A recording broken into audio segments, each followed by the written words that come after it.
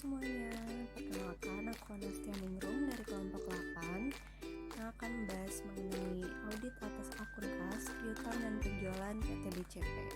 Sebelum mulai, yuk kita kenalan sama anggota dari kelompok 8. Halo semua, saya Auliani Syahadisania. Hai semuanya, nama saya Marani Salvira. Assalamualaikum warahmatullahi wabarakatuh. Perkenalkan, nama saya Lutfi Nur Ahmad. Perkenalkan, nama saya Fahmi Ridho. Nah, tadi kita udah kenalan nih sama anggota dari kelompok 8. Sekarang aku mau nanya ke kalian, bisa nggak sih kalian ceritain sedikit sejarah perusahaan yang kalian audit? Saat ini kami mengaudit PT Bina Citra Pesona yang merupakan perusahaan penyalur parfum dan alat-alat kecantikan. Didirikan pada tanggal 21 April tahun 1989 yang terletak di daerah istimewa Yogyakarta. Perusahaan ini didirikan oleh dua orang partner yang bernama Johan Munawar dan Leli Luntungan. Saat ini perusahaan mendistribusikan berbagai produk seperti oil, lotion, kolagen, dan juga spray parfum. Nah, sebagai perusahaan penyalur semacam ini, PT Bina Citra Pesona memiliki peran sangat penting bagi toko-toko kecil dan juga pedagang eceran yang tidak mampu mendapatkan potongan atau diskon dari perusahaan manufaktur yang lebih besar. Sejak tahun 1994, perusahaan menunjuk kantor akuntan publik dari SSUA & Co untuk dilakukan pemeriksaan terhadap laporan keuangan PT Bina Citra Pesona. Perusahaan selalu mendapatkan pendapatan wajar tanpa syarat atau unqualified opinion saat dilakukan pemeriksaan. Pada tahun 1996, kantor akuntan publik tersebut juga membantu perusahaan dalam menyusun prosedur-prosedur operasi dan akuntansi yang diberlakukan oleh perusahaan. Nah, sebenarnya apa sih tujuan kalian mengaudit akun kas dan piutang penjualan PT BCP? Pengauditan atas kas dan setara kas, baik penerimaan maupun pengeluaran, sangat penting bagi perusahaan. Karena kas merupakan aset yang mudah berubah atau liquid, sehingga rentan terjadinya kecurangan atau fraud pada kas. Tujuan pengauditan atas kas dan setara kas yang pertama, yaitu untuk memeriksa apakah semua transaksi yang menyangkut pengeluaran maupun penerimaan pada kas sudah benar-benar terjadi, dan tidak ada transaksi yang fiktif. Yang kedua, untuk memeriksa apakah semua transaksi tidak ada yang dihilangkan. Yang ketiga, untuk memeriksa apakah semua transaksi sudah dicatat secara akurat, tidak ada kesalahan secara matematis maupun salah posting atau klasifikasi. Selanjutnya, terdapat audit atas piutang penjualan. Audit atas piutang penjualan ini dilakukan untuk memeriksa adanya kemungkinan piutang yang tak tertagih. Jika terdapat jumlah yang tidak bisa ditagih, maka harus dilakukan penyisihan dalam jumlah yang cukup. Tujuan pengauditan atas piutang ini dilakukan untuk memeriksa kemungkinan tertagihnya piutang dan cukup tidaknya perkiraan penyisihan piutang yang tak tertagih. Bisa kalian jelasin nggak prosedur audit dalam akun kas dan setara kas serta piutang penjualan itu bagaimana? Pada kali ini saya akan menjelaskan prosedur audit dua akun. Yang pertama akun kas dan yang kedua akun piutang. Dan yang pertama ada akun kas dan setara kas. Prosedurnya, dapatkan konfirmasi bank secara langsung dari tiap-tiap bank yang mencakup saldo kas di bank, pinjaman, utang bersyarat, dan informasi lain yang berhubungan dengan pemeriksaan yang kita lakukan. Dapatkan daftar tentang penandatanganan cek yang telah diotorisasi. Selanjutnya, dapatkan cut-off laporan bank untuk periode 2 minggu setelah tanggal neraca. Yang ketiga, minta atau buatlah rekonsiliasi bank untuk semua rekening bank. Yang selanjutnya, lakukan penghitungan kas yang ada di hadapan karyawan klien yang ada di perusahaan. Selanjutnya, cocokkan jumlah kas hasil perhitungan pada bukti 4 tersebut dengan saldo yang ada pada working trial balance. Yang selanjutnya, kembalikan semua kas yang telah saudara hitung dan mintalah tanda terima dari karyawan yang bersangkutan. Dan biasanya karyawan yang bersangkutan itu adalah kasir. Yang ketujuh, buatlah daftar transfer antar bank untuk periode 5 hari sebelum tanggal neraca dan 5 hari setelah tanggal neraca. Yang kedelapan, pelajari semua debit memo dan kredit memo. Selanjutnya, telusur kas yang belum disetor ke bank ke jurnal penerimaan kas. Dan yang ke-10, telusur total kas yang belum disetor ke bank ke cut-off laporan bank. Dan yang terakhir, dalam rangka untuk menentukan ketetapan klasifikasi dan pengungkapan, pelajari kutipan rapat Dewan Komisaris, konfirmasi bank, dan laporan bank. Yang Selanjutnya saya akan menjelaskan prosedur audit akun piutang dan penjualan. Yang pertama, minta atau buatlah daftar umur piutang pada akhir tahun berjalan. Selanjutnya, periksa keberadaan penjumlahan dan telusur ke WTB. WTB itu adalah Working Trial Balance. Selanjutnya, telusur saldo piutang individu ke kartu piutang.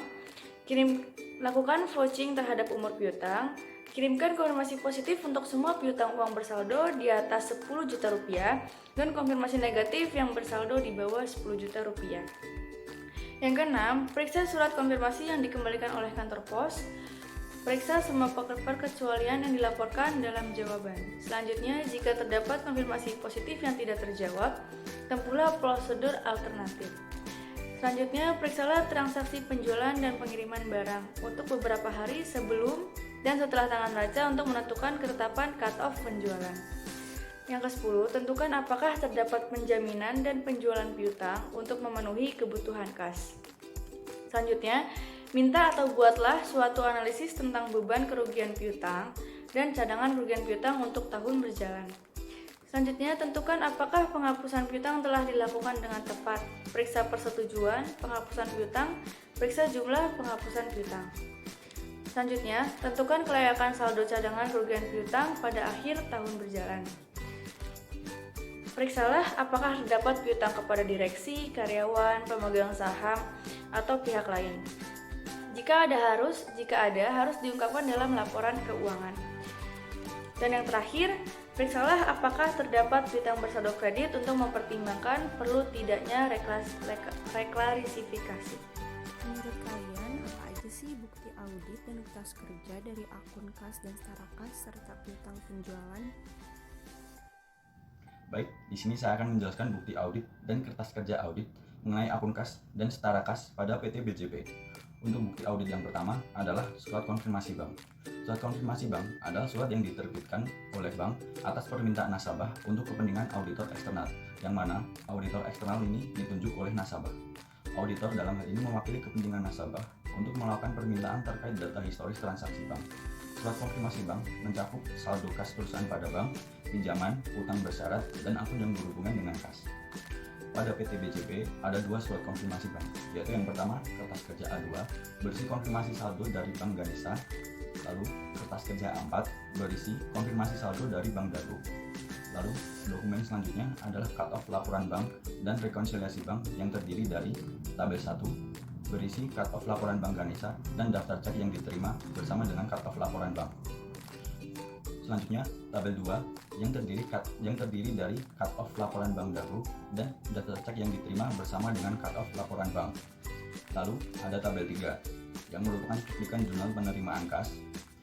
Selanjutnya, ada tabel 4 yang merupakan cuplikan jurnal pengeluaran kas. Untuk dokumen yang terakhir adalah kertas kerja audit tahun 2004. Selanjutnya adalah kertas kerja yang digunakan. Pada PT BJP, kertas kerja yang digunakan adalah kertas kerja A1 sampai dengan A7. Kertas kerja sendiri dapat disebut juga sebagai dokumentasi audit, yang artinya menurut standar audit atau SA nomor 230 adalah dokumentasi atas prosedur audit yang telah dilakukan, bukti audit yang relevan yang diperoleh dan ditarik kesimpulan.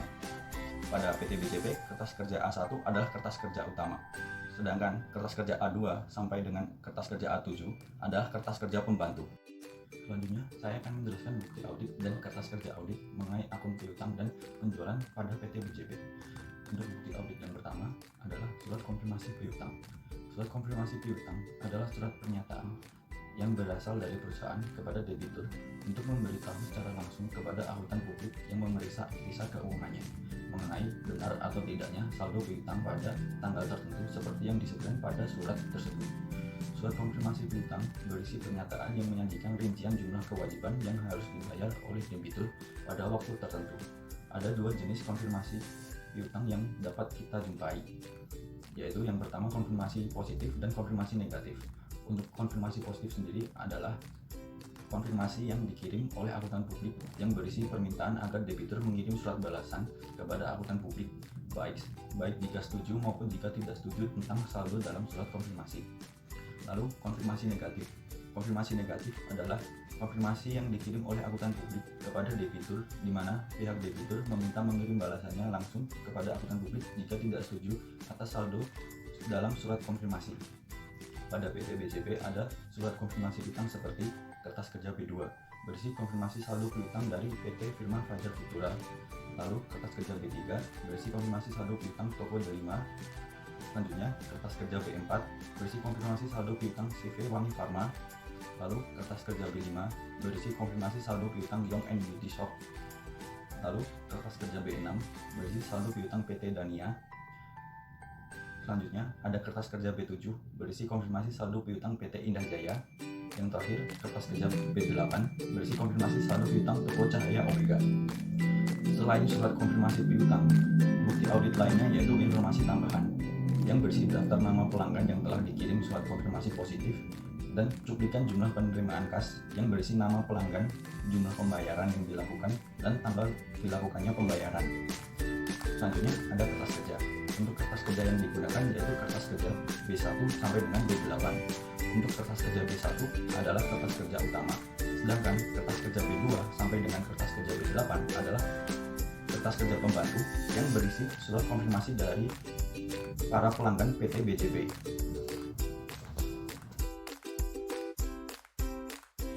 Nah, setelah kalian melakukan serangkaian prosedur audit, apakah ada penyesuaian dan saran perbaikan untuk akun kas dan piutang penjualan pada PT BCP ini? Aku akan jelasin sedikit nih buat teman-teman. Di sini kita ada 5 poin buat pembenaran AJP. Yang pertama dari usulan JP1, dikarenakan kesalahan pencatatan jurnal dan kekeliruan perhitungan oleh klien pada PT Bina Citra Pesona, maka dibuatlah jurnal penyesuaian di JP1, yaitu penjualan di debit sebesar 6 juta dan pada kas Bank Dago di kredit sebesar 6 juta. Selanjutnya di B, yaitu ada usulan JP2. Dikarenakan perbedaan pencatatan, yaitu beban lain-lain di debit sebesar 150.000 dan beban supply di debit sebesar 188.000. Pada kas kecil di kredit sebesar 338.000. Nah, hal itu karena jumlah kas kecil pada saldo per buku 31 Desember 2005 tercatat jumlah sebesar 1 juta, namun klien mencatat jumlah kas kecil sebesar 662.000. Nah, di sini kan ada selisih sedikit. Nah, perbedaan tersebut ditemukan karena adanya bukti pembelian supplier dan perangko yang ternyata bukan pembelian secara tunai. Maka dari itu perlu adanya penyesuaian sebesar 338.000. Selanjutnya saya akan membahas sedikit akun piutang dan penjualan. Usulan jurnal penyesuaian untuk kertas kerja B, piutang dan penjualan PT Bina Citra Pesona. Nah, di sini ada usulan penyesuaian JP yang ketiga, yaitu retur barang rusak belum dicatat. Jurnalnya retur dan potongan penjualan di debit sebesar 3.496.000 dan pada piutang dagang di kredit sebesar 3.496.000. Hal itu dikarenakan terdapat barang yang rusak, namun klien belum melakukan pencatatan atas retur barang rusak tersebut, sehingga perlu adanya jurnal penyesuaian. Saldo piutang Yong atau dan Beautiful Shop dikurang retur barang sebesar 37.496.000 dikurang 3.469.000 dan itu didapat sebesar jadi 34 juta di saldo piutang sesungguhnya.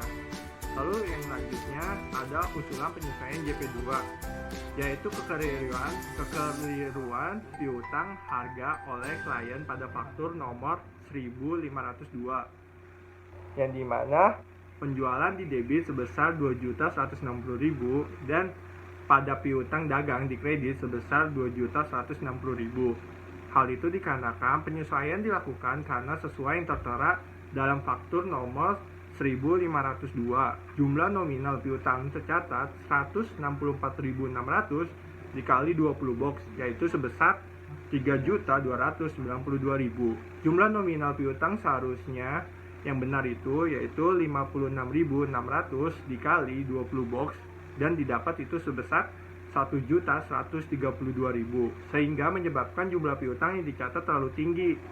Maka dari itu kita harus membuat penyesuaian yang benar, yaitu dengan cara 3.292.000 itu dikurang 1.132.000, maka didapat nilai sebesar Rp2.160.000. Nah, kekeliruan piutang itu harga oleh klien diketahui bahwa harga yang sebenarnya yang benar adalah yang tercantum pada surat konfirmasi piutang sehingga perlu dilakukan penyesuaian. Nah, ini ada usulan penyesuaian yang terakhir yaitu JP5, yaitu saldo piutang toko Bimbi Beauty perlu dihapuskan karena sangat meragukan. Yaitu jurnalnya cadangan kerugian piutang di debit sebesar 1.500.000 dan pada piutang dagang di kredit sebesar 1.500.000. Penyesuaian dilakukan karena telah menghapuskan utang Bimbi Beauty sebesar 29 juta namun masih disisakan sebesar 1.500.000. Auditor menilai uang tersebut sangat meragukan sehingga auditor menyarankan melakukan penghapusan piutang. Wah, kita udah dengerin nih guys penjelasan dari kelompok 8 tentang audit atas akun kas dan piutang penjualan. Terima kasih ya sudah mendengarkan. Maafkan kami bila masih ada salah-salah. Dadah.